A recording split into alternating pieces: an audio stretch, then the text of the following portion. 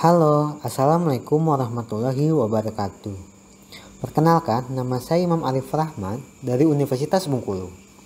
Video ini ditujukan untuk penjelasan tugas kelompok submateri expert system pada mata kuliah Artificial Intelligence. Di sini, saya akan melanjutkan penjelasan materi yang diberikan oleh Kak Galing Murakinas tentang expert system on Artificial Intelligence. Sebelumnya, kita menggunakan metode backward chaining. Di sini, saya akan memaparkan contoh expert system dari Project Ar-Razi Muhammad untuk mata kuliah yang sama pada tahun 2020 di Universitas Gadjah Mada. Proyek tersebut ditujukan untuk ujian tengah semester yang berada di Universitas Gadjah Mada. Proyek tersebut berjudul Web-Based Heart Disease Early Diagnosis System Using Forward Chaining.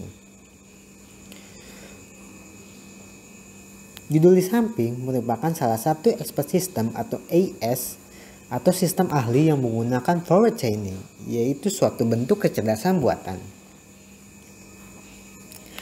Dalam konteks ini, forward chaining membantu mendiagnosa dan juga menentukan penyakit jantung koroner sedini mungkin berdasarkan pencarian maju dari fakta-fakta gejala dan juga kondisi pasien, serta menyimpulkan dugaan atau hipotesa tipe penyakitnya berdasarkan fakta-fakta tersebut.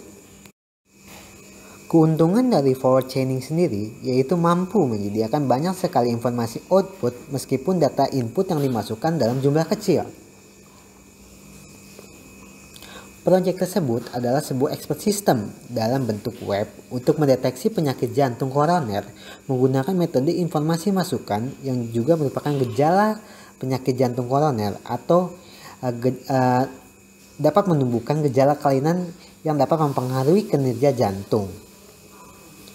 WHO sendiri mengungkapkan bahwa setiap tahunnya 1,4 juta orang meninggal akibat serangan jantung atau hal-hal lainnya yang disebabkan oleh kelainan jantung. Kemudian kematian di Amerika akibat serangan jantung mencapai 25,4% dari total kematian yang ada di Amerika. Dan ini menjadikan kasus serangan jantung atau kelainan jantung menjadi nomor 1 sebagai penyakit pembunuh di dunia. Sebelum seseorang mengalami penyakit ini, biasanya orang akan mengalami gejala-gejala kecil, kemudian diikuti dengan sakit di beberapa bagian tubuh, hingga akhirnya menjadi serangan secara masif. Kemudian bisa kita lihat pada gambar slide ini, bahwa gejala-gejala itulah yang akan dimasukkan sebagai database dan juga disesuaikan dengan tipe penyakit jantung koroner berdasarkan informasi masukan atau fakta pasien di dalam web tersebut. Bisa kita lihat gambar seperti corong di web tersebut, yaitu fakta 1, fakta kedua, fakta ketiga itu akan dikumpulkan. Jadi pada expert system tersebut, fakta yang dimasukkan dibagi dalam 2 golongan, yaitu tipe penyakit jantung koroner dan juga gejala yang disimbolkan dengan kode. Bisa kita lihat pada gambar sebelah kanan, dari G1 sampai G45 di gambar C, yaitu fakta gejala, merupakan gejala dari penyakit jantung koroner.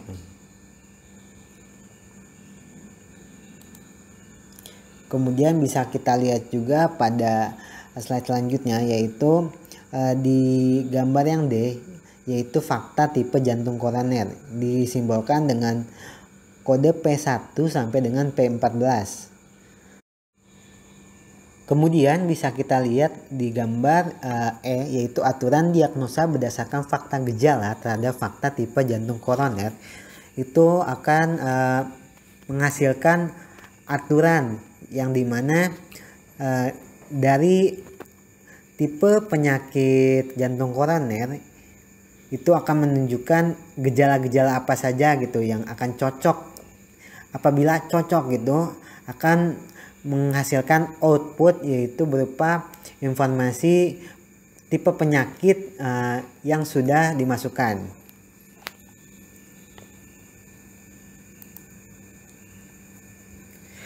Gejala-gejala itulah yang akan dimasukkan sebagai database dan juga disesuaikan dengan tipe penyakit jantung koroner berdasarkan informasi masukan atau fakta pasien di dalam web tersebut. Untuk metodenya sendiri menggunakan metode pohon keputusan atau decision tree, atau bisa kita kenali juga dengan ID C45. Decision tree ini merupakan salah satu cara data processing dalam memprediksi masa depan dengan cara membangun klasifikasi atau regresi model dalam bentuk struktur pohon. Kemudian bisa kita lihat di slide selanjutnya, yaitu ada flowchart dari decision tree dari project tersebut. Semisalkan kita jabarkan, bisa kita berikan contoh G1 yang merupakan gejala atau tanda-tanda dari penyakit jantung koroner yang berada di pohon keputusan tertinggi di puncak rantingnya. Urutan dari gejala-gejala ini pada pohon keputusan berdasarkan dari nilai entropi yang tertinggi ke yang terendah. Jadi nilai pohon keputusan ini berdasarkan input masukan atau informasi masukan yang kita berikan pada web berupa pertanyaan yang kita jawab dengan pilihan yes atau no, kita mengalaminya atau tidak. Semisal apabila kita simulasikan pohon keputusan ini dalam misalkan pertanyaan yang kita jawab, dapat kita gambarkan seperti ini. Misalkan G1 merupakan pertanyaan pertama, di mana apabila kita mengalami gejala G1, kita menjawab yes, itu akan dilanjutkan ke pertanyaan G2. Pertanyaan gejala G2 ini apabila kita alami atau tidak. Apabila tidak, itu akan dilanjutkan ke pohon keputusan yang B, di mana pohon keputusan yang B ini akan dilanjutkan ke pertanyaan ketiga, yaitu pertanyaan kita mengalami gejala G6 atau tidak. Apabila iya, itu akan dilanjutkan ke gejala G7. Kemudian seterusnya di bagian sebelah kanan hingga pohon keputusan menunjukkan gejala pertanyaan dengan gejala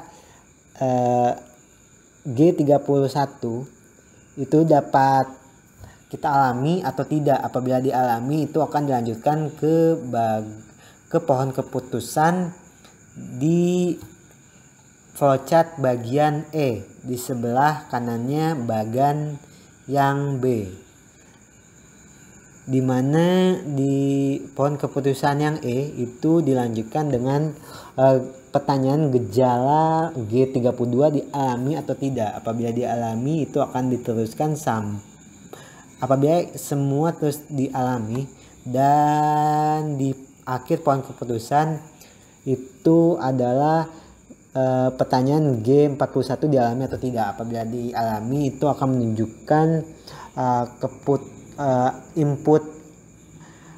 input dari G31 menghasilkan diagnosa, yaitu tipe penyakit P1 yang bisa kita ketahui bahwa itu acute myocardial syndrome.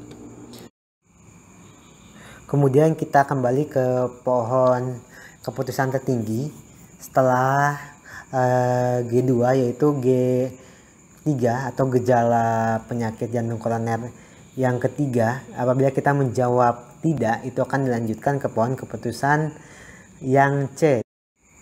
Kemudian kita lanjutkan lagi ke pohon keputusan yang tertinggi, yaitu G1. Apabila kita memilih tidak, itu akan dilanjutkan ke gejala atau pertanyaan gejala G3, di mana apabila kita merasakan gejala G3 dan memutuskan memilih yes atau ya, itu akan dilanjutkan ke pertanyaan gejala G14. Dan apabila kita mengalaminya, kita akan ditujukan ke pertanyaan gejala G18. Apabila kita mengalami lagi, itu akan ditujukan ke gejala G35. Dan apabila G35 ini dialami, itu akan menunjukkan output, yaitu tipe penyakit jantung koroner ke P12, di mana P12 ini dapat kita ketahui adalah cardiac arrest. Kemudian semisalkan dari pohon ranting pohon keputusan ini dari G14, G18 dan juga G35 sebagai gejala penyakit jantung koroner tidak kita alami, itu tidak mungkin karena ini merupakan gejala umum dari penyakit jantung koroner. Kemudian kita kembali ke ranting pohon keputusan gejala G3. Apabila gejala G3 tidak kita alami, ini akan dilanjutkan ke bagan atau flowchart di flowchart bagian A, di mana flowchart bagian A dilanjutkan dengan pertanyaan gejala G4, di mana apabila gejala G4 ini dialami, itu akan dilanjutkan ke gejala atau juga pertanyaan dari gejala G5, di mana apabila semua pertanyaan dari gejala G5 hingga gejala G38 atau pertanyaan dengan gejala G38 yang terdiri dari G14, G18, G25, G31, G34 dan G37 dialami, itu akan menghasilkan keputusan output yang dapat kita ketahui sebagai tipe penyakit P13, di mana P13 ini merupakan miokarditis. Dan kita lanjutkan ke slide berikutnya, di mana bisa kita ketahui dari flowchart atau bagan di sebelah kiri merupakan gambar F yang merupakan diagnosis proses flowchart, di mana saat masuk ke web itu akan dimulai. Kemudian sistem pada web akan bekerja dan mendapatkan gejala-gejala yang kita inputkan gitu. Kita mulai dari menunjukkan pertanyaan gejala. Kemudian dari pertanyaan gejala itu kita memilih pertanyaan tersebut ya atau tidak. Kemudian apabila memilih ya, dilanjutkan dengan pertanyaan-pertanyaan seperti simulasi sebelumnya. Kemudian apabila tidak, juga dilanjutkan dengan simulasi dilompat ke gejala-gejala yang berhubungan dan seterusnya. Kemudian dari gejala-gejala itu disimpulkan hingga seluruh kriteria dari tipe penyakit yang diagnosa atau dihipotesakan dapat disimpulkan hingga bagian N pada flowchart. Disitulah simulasi berakhir dan memberikan kesimpulan diagnosa atau hipotesa penyakit yang kita alami. Dan bisa saja apabila kita tidak mengalami beberapa gejala atau gejala umum maupun khusus, itu kita bisa dinyatakan tidak memiliki penyakit jantung koroner. Kemudian ke bagian gambar sebelah kanan, yaitu gambar bagian G, itu merupakan tampilan dari web sistem untuk mendeteksi penyakit jantung koroner tersebut, di mana di sini bisa kita atur banyaknya tipe penyakit jantung koroner dan juga tampilan pertanyaan-pertanyaan yang muncul. Misalkan dari G3 kita bisa menjawab ya atau tidak dari apakah kita pernah merasakan pingsan. Kemudian di G18 apakah kita merasakan nyeri kepala, bisa kita jawab ya atau tidak. Kemudian kita lanjutkan ke slide selanjutnya, di mana untuk contoh pengerjaan expert system dengan metode decision tree, kita sebelumnya sudah mengetahui gitu bagaimana tahapan web untuk diagnosa dini penyakit jantung koroner menggunakan mesin inferensi forward chaining. Kemudian pengambilan keputusan berdasarkan fakta menggunakan decision tree. Decision tree ini merupakan salah satu cara data processing dalam prediksi masa depan dengan cara membangun klasifikasi atau regresi model dalam bentuk struktur pohon yang sudah kita bahas sebelumnya gitu. Kemudian untuk decision tree ini sendiri kita harus memilih atribut sebagai akar didasarkan pada nilai gain tertinggi dari atribut-atribut yang ada. Untuk metode informasi gain sendiri itu merupakan metode yang menggunakan teknik scoring untuk pembobotan sebuah fitur dengan menggunakan maksimal entropi. Jadi untuk entropi juga merupakan nilai informasi yang menyatakan ukuran ketidakpastian atau impurity dari atribut dari suatu kumpulan objek data dalam satuan bit. Jadi fitur yang dipilih adalah fitur dengan nilai information gain yang lebih besar atau sama dengan nilai threshold tertentu.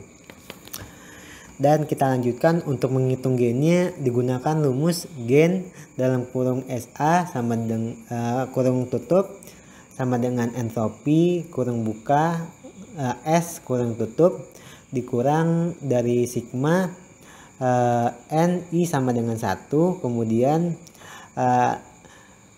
nilai mutlak SI dibagi nilai mutlak S dikali dengan entropi dalam kurung SI, di mana keterangannya yaitu S merupakan himpunan kasus, kemudian A adalah atribut, kemudian N merupakan jumlah partisi atribut, kemudian nilai mutlak SI merupakan jumlah kasus pada partisi ke I, kemudian nilai mutlak S merupakan jumlah kasus dalam S. Dan kemudian kita lanjutkan untuk perhitungan nilai entropi sendiri itu digunakan rumus entropi dalam kurung S dikurang nilai mutlak N sebagai banyaknya data, kemudian I sama dengan 1 dikurang PI dikali log 2 dikali PI, di mana keterangannya S merupakan himpunan kasus, A merupakan fitur, N merupakan jumlah partisi S, kemudian PI merupakan proporsi dari SI terhadap S.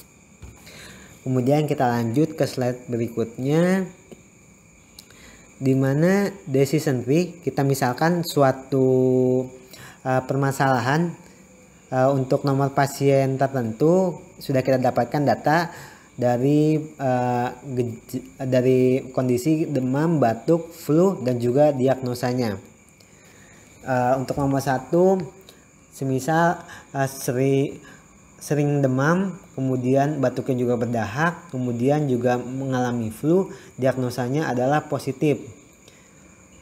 Untuk nomor 2-nya sering demam, kemudian batuknya kering, kemudian juga flu, dinyatakan positif. Dimana dapat kita lihat untuk perhitungan entropi di sebelah kanan pada gambar B.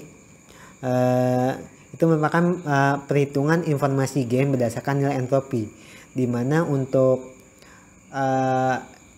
semisal kita hitung diagnosanya berapa jumlah positif dan negatif. Positif pada gambar yang A atau data pasien itu merupakan sebesar 7, kemudian negatifnya sebesar 4, sehingga bisa kita ketahui didapatkan nilai entropi sebesar 0,946. Kita akan beralih ke slide selanjutnya dulu untuk mensimulasikan gitu mengapa atau cara menghitung dari nilai entropinya, di mana kita masukkan dulu positif sebesar 7, kemudian negatif sebesar 4 dengan total 11. Jadi untuk E3 itu kita masukkan nilainya dengan cara sama dengan 7 dibagi 11 atau nilai positif dibagi dengan total, dihasilkan nilai 0,63636. Kemudian dilanjutkan dengan nilai dari E4 itu didapatkan dari log nilai E2 yaitu 0,06363 itu dilokkan, kemudian menghasilkan nilai min 0,19629. Dan untuk nilai E5 itu didapatkan dari hasil log 2. Kemudian kita beralih ke G3, itu nilainya dihasilkan dari 4 dibagi 11 atau negatif dibagi jumlah total data, dihasilkan nilai sebesar 0,363364. Kemudian dilanjutkan perhitungan pada G4 itu didapatkan dari log G3 atau log 0,6364 menghasilkan nilai sebesar min 0,43933. Dan juga dilanjutkan ke G5 di mana masih sama dengan E5, itu adalah log 2. Dan untuk mendapatkan nilai entropi dari positif itu kita dapatkan dari nilai rumus entropi sebelumnya, di mana rumus entropi sebelumnya adalah min PI dikali log 2 dikali PI menghasilkan nilai sebesar 0,41496. Dan juga untuk G6 nya sama menggunakan nilai entropi untuk entropi negatifnya sebesar 0,5307. Dan kedua nilai tersebut dijumlahkan dari E7 dan juga G7 menghasilkan nilai dari G9 sebesar 0,94566 untuk nilai entropi yang akan kita gunakan untuk berbagai kondisi atau gejala pada tabel sebelumnya. Nah, untuk nilai entropi yang sudah kita dapatkan itu dimasukkan ke masing-masing gejala seperti demam. Dan untuk demam sendiri bisa didapatkan dari data tabel bahwa positifnya atau sering itu sebesar 3. Kemudian untuk negatifnya sebesar 1. 3 ditambah 1 totalnya adalah 4, dimana dengan rumus entropi yang sudah kita bahas itu didapatkan nilai sebesar 0,811. Kemudian untuk jarang, untuk intensitas jarang itu didapatkan positifnya 3, kemudian negatifnya 1, dimana 3 tambah 1 sama dengan 4, nilai entropinya masih sama dengan sering. Kemudian untuk intensitas tidak atau tidak mengalami demam itu dapatkan positifnya 1, kemudian negatifnya 2, dimana apabila dijumlahkan menjadi 3 dan nilai entropi yang didapat adalah 0,918. Kemudian nilai gain yang didapat dari semua entropi sebesar 0,105. Kemudian untuk nilai gain ini sendiri didapatkan dari entropi umum yang kita hitung di nomor 1 sebesar 0,946 dikali dari total di bagian intensitas sering di demam itu sebesar 4. Kemudian dibagi dengan entropi di intensitas sering pada demam yaitu sebesar 0,811. Kemudian dikali lagi dengan total nilai 4 itu di intensitas jarang. Kemudian dibagi lagi dengan entropi dari intensitas jarang sebesar 0,811. Kemudian dikali lagi dengan total dari intensitas yang tidak atau tidak mengalami itu sebesar 3. Kemudian dibagi lagi dengan entropinya sebesar 0,918 sehingga dihasilkan gain sebesar 0,105. Untuk batuk sendiri itu didapatkan pada kondisi berdahak itu positifnya 3 dan negatifnya 0, kemudian totalnya 3 tambah 0 adalah 3. Kemudian entropinya seperti rumus yang sudah dijelaskan tadi, didapatkan hasil 0,000. Kemudian untuk kondisi kering itu didapatkan positifnya 4, kemudian negatifnya 1, totalnya 4 tambah 1 sama dengan 5, didapatkan nilai entropinya 0,722. Kemudian untuk intensitas tidak, itu dapatkan positifnya 0, kemudian negatifnya 3, didapatkan 0 tambah 3 sama dengan 3, didapatkan nilai entropi 0,000. Didapatkan gain berdasarkan cara penjumlahan gen tadi, didapatkan nilai 0,618. Kemudian untuk gejala flu sendiri sama seperti sebelum-sebelumnya. Untuk apabila mengalami flu itu positifnya 5, kemudian negatifnya bernilai 1, di mana 5 tambah 1 totalnya 6 dan mendapatkan entropi 0,650. Kemudian apabila tidak mengalami flu itu positifnya 2 dan negatifnya 3, di mana 2 tambah 5 mendapatkan total 5, di mana nilai entropinya sebesar 0,971 dan mendapatkan gain berdasarkan rumus tadi yang sudah kita sampaikan, mendapatkan nilai gain sebesar 0,150. Kemudian kita lanjut ke slide selanjutnya untuk melihat dan membuat pohon keputusan dengan nilai akar-akar dari nilai entropi tertinggi, di mana batuk mendapatkan nilai tertinggi, kemudian diturunkan lagi ke akar-akarnya, yaitu berdahak, kering atau tidak. Apabila tidak itu negatif, jadi tidak mengalami batuk. Kemudian apabila batuknya disertai kering kondisinya, itu akan dilanjutkan ke flu, diagnosa flu, dimana flu ini apabila kita tidak mengalami itu akan dilanjutkan ke kondisi gejala demam, dimana untuk demam sendiri memiliki 3 kondisi, dimana sering, jarang, dan tidak. Apabila sering dan jarang itu akan mendapatkan hasil positif kita demam, kemudian apabila tidak mengalami akan menghasilkan negatif kita demam. Kemudian apabila flu kita menjawab iya, itu akan menjawab bahwa kita positif flu. Kemudian apabila untuk batuk berdahak, apabila kita menjawab iya, itu akan dinyatakan positif batuk berdahak tanpa ada kondisi-kondisi lain untuk berdahak maupun kondisi tidak pada diagnosa batuk. Kemudian kita lanjut ke slide selanjutnya,